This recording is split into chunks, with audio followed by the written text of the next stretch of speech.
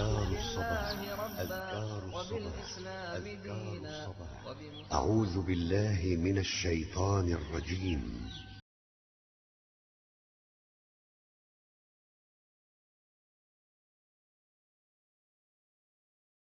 Assalamualaikum warahmatullahi wabarakatuh. Alhamdulillahirabbil alamin wassalatu wassalamu ala asyrafil anbiya wal mursalin nabiyina Muhammadin wa alihi wa sahbihi wa man tabi'ahum bi ihsanin ila yaumiddin.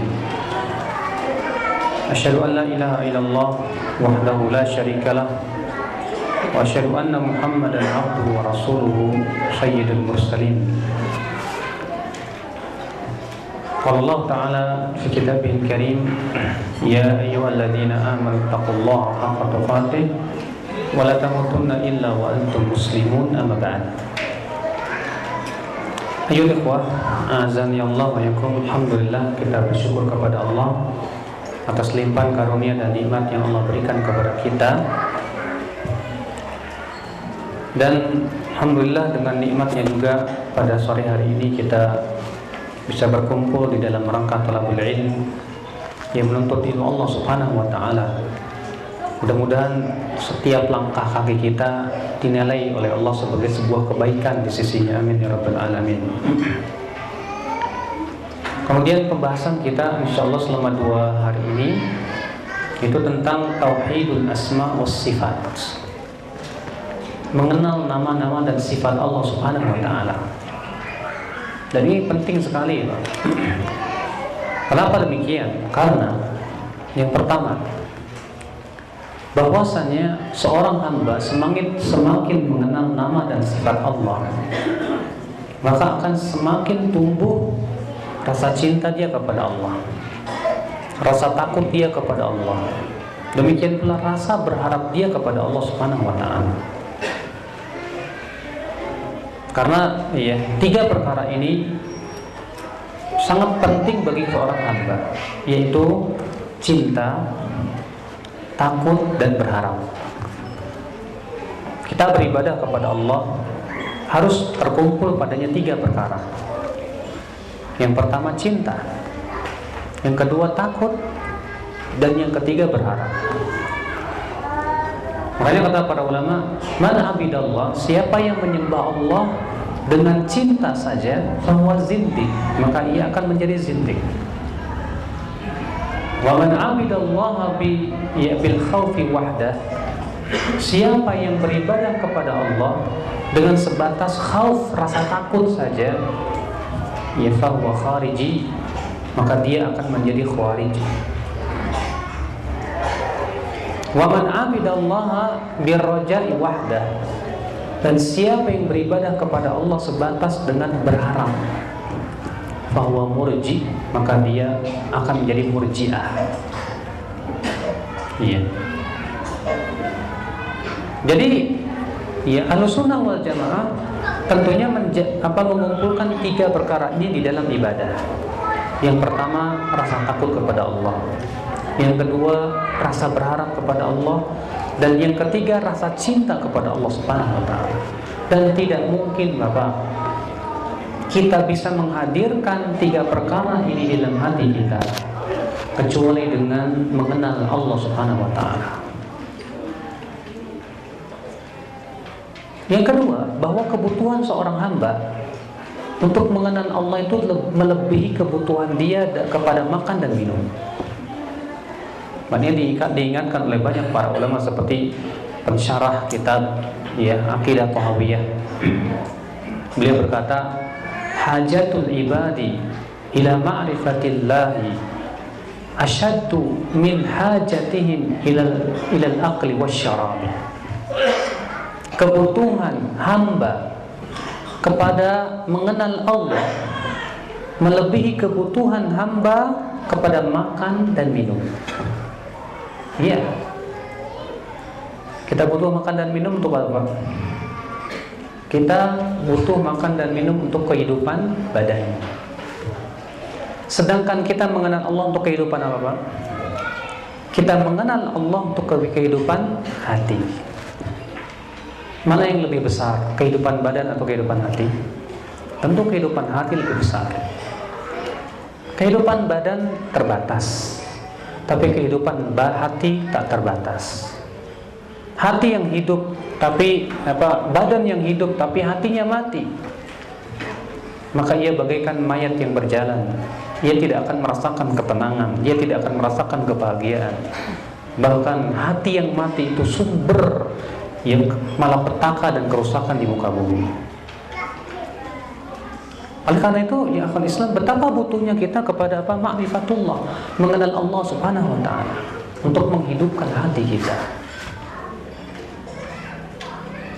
Yang ketiga, ya akhwal Islam, bahwa orang yang paling mengenal nama Allah dan betul-betul menyelami nama Allah dan sifatnya, maka dia orang yang akan paling paham tentang hukum-hukum dan syariat Allah. Iya. Makanya lihat Bapak, Ibu-ibu sekalian, kalau kita perhatikan ayat-ayat Al-Quran seringkali ditutup dengan nama-nama Allah ya, terutama dalam surat An-Nisa. Sering Allah menyebut wa kana Allahu ghafurur rahima, dan adalah Allah Maha Pengampun lagi Maha Penyayang. Wa kana Allahu aliman hakima, dan adalah Allah Maha mengetahui lagi Maha bijaksana. Selalu seringkali ayat-ayat ditutup dengan nama-nama Allah. Dan kalau kita renungkan, ayat-ayat itu selalu sepadan dengan apa yang Allah sebutkan berupa nama.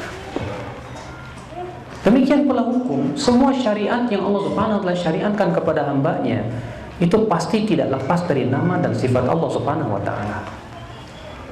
Iya. Contoh misalnya, Allah mensyariatkan kepada kita sifat ibadah sholat, di mana ibadah sholat itu berisi apa? Ya, zikir, berupa apa lagi? Gerakan, ruku, sujud, yang isinya adalah mendekatkan diri kepada Allah. Kalau kita perhatikan, ibadah sholat ini menunjukkan kepada nama Allah. Apa itu? Al-Ilah, yang artinya ilah. Ya, nama Allah yang paling agung, Allah, yang mempunyai makna satu-satunya zat yang berhak disembah, kecuali satu-satunya zat yang paling berhak disembah adalah Allah Subhanahu wa taala. Sehingga kemudian badan kita, ruku kita, sujud kita hanya untuk Allah, tidak untuk yang lainnya. Dalam gerakan-gerakan sholat kita, pensyariatannya menunjukkan kepada sifat Allah apa? Sifat Allah Ar-Rahman, yang Maha Pengasih lagi Maha Penyayang. Kenapa demikian? Allah tidak syariatkan sholat di waktu-waktu yang sulit, Pak. Apakah Allah Subhanahu wa taala mensyariatkan sholat jam 2 malam? Tidak. Apakah Allah mewajibkan kepada kita sholat 50 waktu? Tidak. Iya. Bahkan ketika pertama kali Allah wajibkan sholat berapa? 50. Kemudian dikurangi sampai 5 waktu. Bukankah itu menunjukkan akan sifat kasih sayang Allah kepada hambanya? Iya tidak, Pak? Iya. Iya. Demikian pula Pak, ya dalam seluruh perkara, semua syariat Allah tidak lepas dari nama dan sifat Allah. Maka itu Al-Imam Ibnu Qayyim dalam kitab Madarijus Salikin berkata, orang yang paling mengenal nama dan sifat Allah, maka dia yang paling paham tentang syariat Allah. Nah, betul sekali Bapak sekalian. Iya. Akhul Islam azani Allah wa iyyakum. Oleh karena itulah Rasulullah SAW menjamin dengan surga buat mereka yang betul-betul memperhatikan nama Allah. Dalam hadis yang dikeluarkan At-Tirmidzi dari hadis Abu Hurairah radhiyallahu anhu arba, bahwa Rasulullah SAW bersabda, Inna lillahi tis'atun wa tis'ina isman.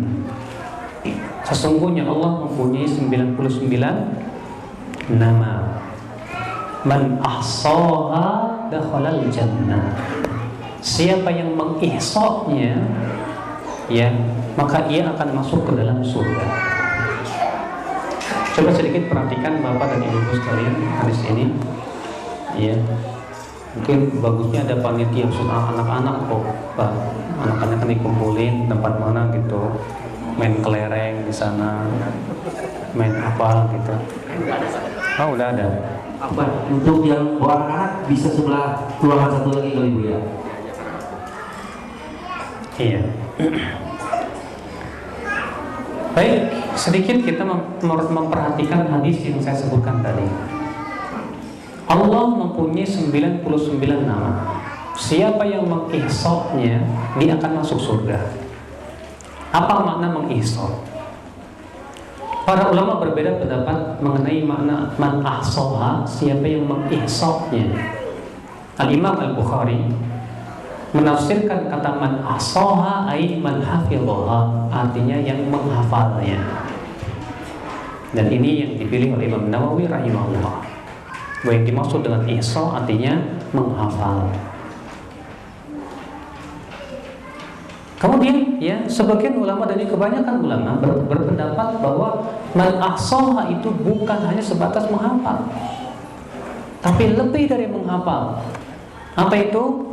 Pertama, dia berusaha untuk mengetahui nama-nama Allah dengan dalil-dalilnya. Yang kedua, dia berusaha untuk menghafalnya. Yang ketiga, dia berusaha untuk memahami makna-maknanya dan menyelami ya konsekuensi-konsekuensinya. Dan yang keempat, dia berusaha untuk mengamalkan konsekuensi daripada asma wa sifat tersebut. Dan ini betul ya yang dikatakan oleh Imam Ibnu Qayyim rahimahullah dalam Madarijus Salikin, bahwa ihsa itu ada 4 tingkatan. Tingkatan yang pertama apa? Mengenal nama-nama Allah dengan dalil-dalilnya dari Al-Quran dan hadis. Iya. Tingkatan yang kedua apa? Menghafalnya, Pak. Dihafalin, Pak. Kalau di Indonesia ini di masyarakat kan alhamdulillah banyak Pak yang ngapalin sambil nyanyiin gitu kan. Allahu la ilaha illa huwal hayyul qayyum, terus ya, menyebutkan tentang nama-nama Allah Subhanahu wa taala. Yang ketiga, apa yang keberapa? Yang ketiga yaitu menyelami makna-maknanya. Apa itu Ar-Rahman? Ya, kemudian kita selami apa maknanya. Kemudian ya, apa tingkatan yang keempat? Apa itu mengamalkan konsekuensi daripada nama dan sifat Allah Subhanahu wa taala tertentu. Baik, Bapak kenal namanya Allah, di antara nama Allah siapa? Ar-Rahman.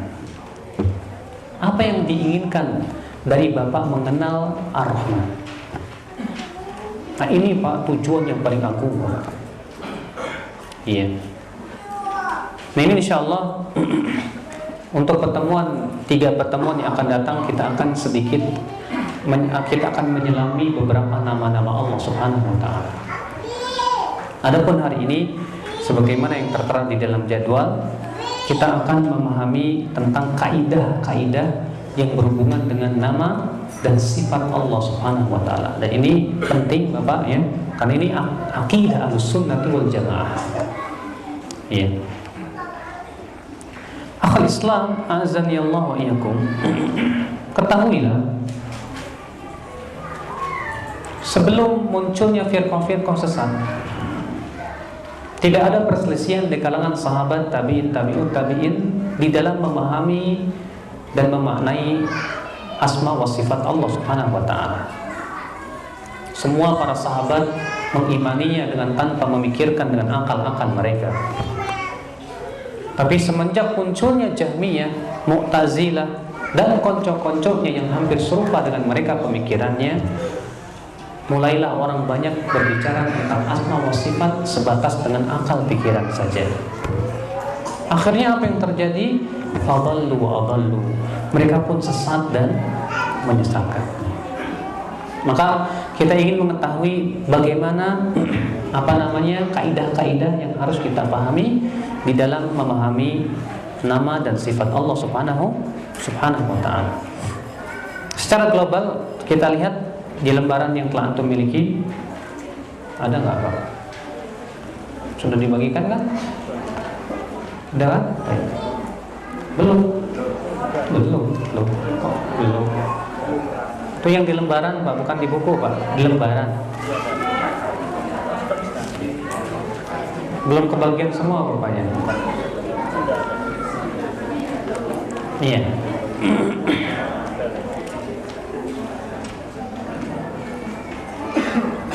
Baik, bisa antum lihat di situ nomor 1. Penyimpangan yang berupa tahrif, yaitu merubah atau mengganti makna dari apa yang telah Allah tetapkan untuk dirinya dan ditetapkan oleh Rasulnya. Ya. Maksudnya ada perkara-perkara yang kita harus tinggalkan di dalam memahami nama dan sifat Allah. Apa saja? Yang pertama, penyimpangan. Berupa apa? Tahrif, merubah-rubah atau mengganti makna dari apa yang telah Allah tetapkan untuk dirinya dan yang ditetapkan oleh Rasulnya. Bapak sekalian, merubah-rubah sifat Allah ini sering kali dilakukan oleh kaum Asy'ariyah. Kaum apa? Asy'ariyah, Mu'tazilah, Jahmiyah. Demikian pula Maturidiyah dan yang sama dengannya. Karena orang yang menolak nama dan sifat Allah itu terbagi menjadi 3. Kelompok yang pertama menolak nama dan sifat Allah sama sekali. Ini disebut dengan kelompok Jahmiyah, pengikut Jahm bin Safwan. Pengikut siapa? Jahm bin Safwan. Mereka mengatakan Allah tidak punya nama, tidak punya sifat. Zat Allah sebatas zat yang terlepas dari sifat. Iya. Yang kedua, hanya menetapkan nama tapi tidak menetapkan sifat. Dan ini adalah pemikiran dari kelompok Mu'tazilah. Siapa itu kelompok Mu'tazilah? Para pengikut Wasil bin Atha yang mendewakan akal mereka. Iya. Mu'tazilah mengatakan bahwa Allah hanya punya nama tapi tidak mengandung sifat. Allah namanya apa? Ar-Rahim, Ar-Rahim. Namanya doang, tapi Allah tidak Rahim sifatnya. Iya. Kenapa Pak? Jahmiyah dan Mu'tazilah menolak sifat Allah. Nanti kita akan sebutkan ya pada pembahasan berikutnya. Ikhwatul Islam azanillahu wa iyyakum. Kelompok yang ketiga yaitu yang menerima sebagian sifat, yang menetapkan nama-nama Allah. Kelompok yang ketiga ini menetapkan nama-nama Allah semuanya, namun hanya menerima sebagian sifat tanpa sifat yang lainnya. Namun hanya menerima apa? Sebagian sifat tanpa sifat yang lainnya. Nah ini banyak. Asy'ariyah, ini yang paling terkenal Asy'ariyah. Kemudian Maturidiyah. Kemudian Kullabiyah. Iya. Asy'ariyah ini subhanallah di Indonesia ini sesuatu yang sangat merebak sekali Pak. Apalagi semenjak SD kita ini sudah diajarkan Asy'ariyah Pak. Iya, 13 bahkan mungkin 20 sifat. 20 sifat itu sebetulnya terbagi 2. Sifat ma'ani yang berjumlah 14. Tapi 14 ini pun juga dibulak-balik. Ya, dari masdar menjadi ya isim fa'il. Ditambah lagi yang merupakan sifat yang menurut mereka itu wajib bagi Allah Subhanahu wa taala. Itu wujud, qidam, baqa, mukhalafatun, wal hawadisi sampai akhirnya. Insyaallah mungkin Bapak semua tahu itu. Kenapa? Karena semua kita sudah belajar Pak dulu. Sampai sekarang. Iya. Siapa yang pernah SD, SMP, SMA pasti kenal itu. Ya. Dan itu adalah akidah Asy'ariyah dan mirip dengannya akidah Maturidiyah. Ya. Sedikit kita ingin mengenal Abul Hasan Al-Asy'ari yang merupakan bisa dikatakan kepada beliaulah dinisbatkan akidah Asy'ariyah yang sangat masyhur terutama di Indonesia ini. Bahkan di Indonesia ini diyakini bahwa Ahlus Sunnah itulah Asy'ariyah. Iya, padahal Asy'ariyah dengan Ahlus Sunnah itu banyak perbedaannya. Sebetulnya pembahasan tentang Asy'ariyah dan Ahlus Sunnah perbedaan-perbedaannya mungkin khusus daurah tersendiri. Iya, banyak perbedaan-perbedaannya. Terutama dalam masalah asma was sifat. Asy'ariyah sudah saya sebutkan tadi, Abul Hasan Al-Asy'ari rahimahullah di dalam hidupnya melalui 3 fase kehidupan. Fase yang pertama yaitu fase di atas akidah Mu'tazilah. Kenapa beliau fase pertama di atas akidah Mu'tazilah? Karena beliau punya ayah angkat bernama Al-Qadhi Abdul Jabbar. Dia ini pentolannya Mu'tazilah. Ayah angkatnya itu, Pak. Ya, sehingga dari kecil dididik oleh bapaknya itu di atas akidah Mu'tazilah. Tapi Abul Hasan Asy'ari ini cerdas orangnya. Dan dia sering debat sama bapaknya dan sering dia tidak puas. Akhirnya ia menemukan akidah Kullabiyah. Lalu kemudian ia pun berpindah dari fase yang Mu'tazilah ke fase yang kedua ini akidah Asy'ariyah, akidah Kullabiyahnya. Ya. Disebutkan dalam riwayat bahwa Abul Hasan Al-Asy'ari naik ke mimbar. Lalu ia melepaskan bajunya sambil berkata, "Aku lepaskan akidah Mu'tazilah sebagaimana aku lepaskan baju ini." Maka beliau pun masuk di dalam akidah Asy'ariyah. Itu menetapkan hanya 20 sifat saja. Ya. Yang ditetapkan oleh Asy'ari terutama 7. Yang pertama sam'un, yaitu mendengar. Yang kedua basarun, yaitu melihat. Yang ketiga hayatun, apa itu? Hidup. Yang keempat mutakallimun, apa itu? Berbicara. Yang kelima yaitu iradatun, berkeinginan. Yang keenam kudratun, ya, al-qudrah, berkuasa. Yang ketujuh saya lupa apa itu. Siapa yang tahu? Sami'un, basirun, ya hayyun, qadirun, ya, kemudian muridun, terus subhanallah satu lagi saya lupa tadi. Ada yang ingat kan? Iroda udah. Ada yang lagi? Ada yang ingat kan?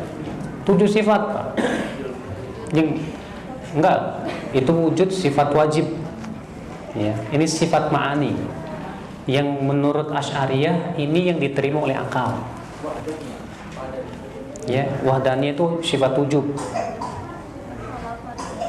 Mukhalafatul lil hawadits sifat wujub. Ada lagi yang lain? Mana nih yang hafal nih, yang hafal qiyamu binafsi sifat yang itu, bukan sifat ma'ani, beda. Ada lagi? Apa? Mendengar sam'un, sudah. Apa? Qidam beda lagi itu. Itu di luar sifat 7, Pak. Iya. Jadi saya sebutkan tadi mendengar, melihat, hidup, terus berbicara, berkehendak, berkuasa. Satu lagi nih saya lupa. Subhanallah. Ilmu, betul. Alimun, berilmu. Iya. Nah, menurut Asy'ari 7 sifat ini yang diterima oleh akal. Adapun selain dari itu tidak diterima oleh akal. Makanya ya Abul Hasan Al-Asy'ari sebetulnya dia belum bertaubat dari Mu'tazilah. Kalau Mu'tazilah mengingkari seluruh sifat, tapi Abul Hasan Al-Asy'ari hanya ia menetapkan 7 sifat ditambah dengan sifat wajib, yaitu wujud, qidam, baqa, mukhalafatun lil hawa, dithi, qiyamuhu binafsihi, wahdaniyat, qudrat sudah masuk tadi yang 7. Iya. Lalu yang 7 itu diulang-ulang lagi menjadi 14. Ditambah yang tadi yang 6 berarti 20. Ikhwal Islam azani Allah wa iyyakum. Fase yang ketiga, dan inilah fase akhir daripada Abul Hasan Al-Asy'ari, semoga Allah merahmati beliau dan mengampuni dosa-dosa beliau, yaitu beliau meyakini akidah Ahlussunnah wal Jamaah. Fase terakhir beliau ini, Pak, fase terakhir beliau ini Bapak bisa dapatkan pada 3 buku beliau yang terakhir. Yang pertama Al-Ibanah, yang kedua Maqalat Al-Islamiyyin, yang ketiga Risalah ila Ahli Thagr. Di 3 buku beliau ini, dan tiga buku ini 3 terakhir buku kehidupan beliau, tampak jelas sekali beliau menetapkan seluruh sifat tanpa memilah-milah. Bahkan dalam kitab Al-Ibanah beliau menetapkan bahwa Allah bersemayam di atas arsy, bahwa Allah punya tangan, punya mata, dan kita tidak bertanya-tanya tentangnya dan tidak pula merubah-rubah maknanya. Tapi sayang kitab Al-Ibanah ini tidak diakui oleh pengikut Asy'ariyah. Makanya para kiai kalau di Indonesia, kalau dibawain oleh antum kitab Al-Ibanah, bakal ngaku itu bukan bukunya Abul Hasan Al-Asy'ari, itu dipalsukan atas nama beliau. Padahal Ibnu Asakir dalam kitab beliau Tabjid Kadhibil Muftari menegaskan bahwa itu bukunya Abul Hasan Al-Asy'ari.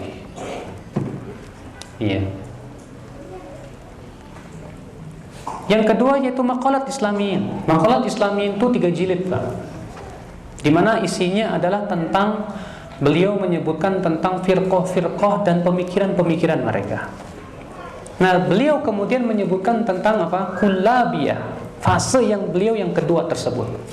Setelah itu persis beliau pun menyebutkan tentang akidah Ahlussunnah wal Jamaah. Lalu beliau di situ menetapkan seluruh sifat-sifat Allah, Lalu diakhiri dengan perkataan beliau, wahada madhabu Ahmad ibni Hanbal. Ini adalah merupakan keyakinan Imam Ahmad bin Hanbal, wabihi aqul, dan dengan pendapat inilah aku berpendapat. Tampak dalam kitab Maqalat Islamiyyin beliau mengatakan, saya berkeyakinan seperti apa yang diyakini oleh Imam Ahmad bin Hanbal. Yang ketiga yaitu dalam kitab Risalah ila Ahli Thagr. Namun sayang di Indonesia ini para pentolan Asy'ariyin tidak memiliki buku 3 ini. Nggak punya bukunya, Pak. Kalaupun kita sodorkan, nggak bakalan percaya itu bukunya Abul Hasan Al-Asy'ari. Itulah kenyataan yang ada di Indonesia. Karena mereka terlalu fanatik buta, tidak mau melihat, tidak mau meneliti dan yang lainnya. Berarti Bapak sekalian, Abul Hasan Al-Asy'ari sudah berlepas diri dari akidah Asy'ariyahnya.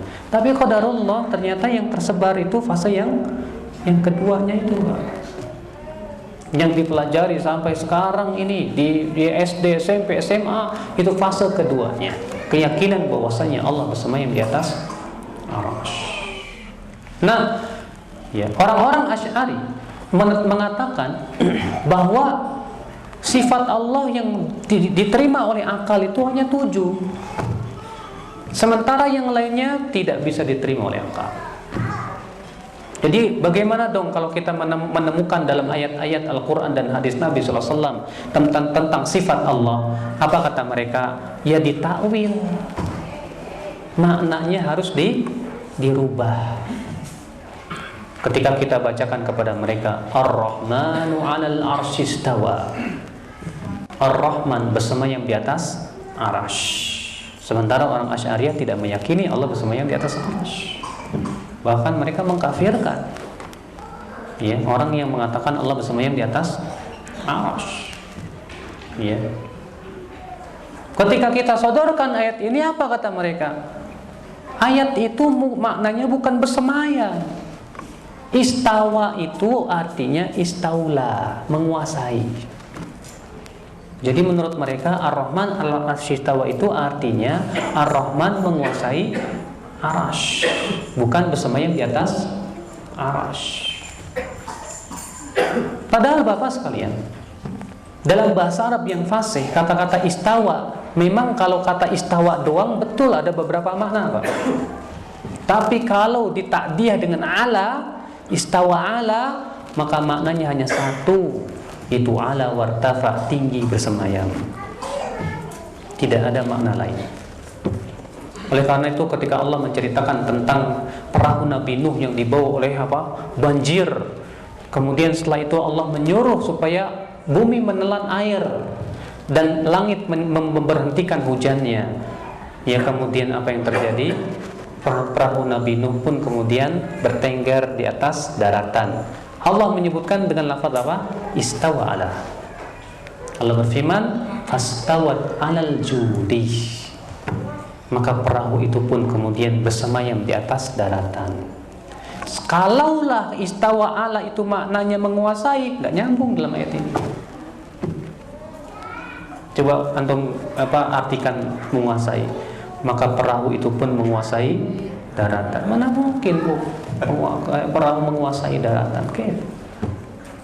Ya.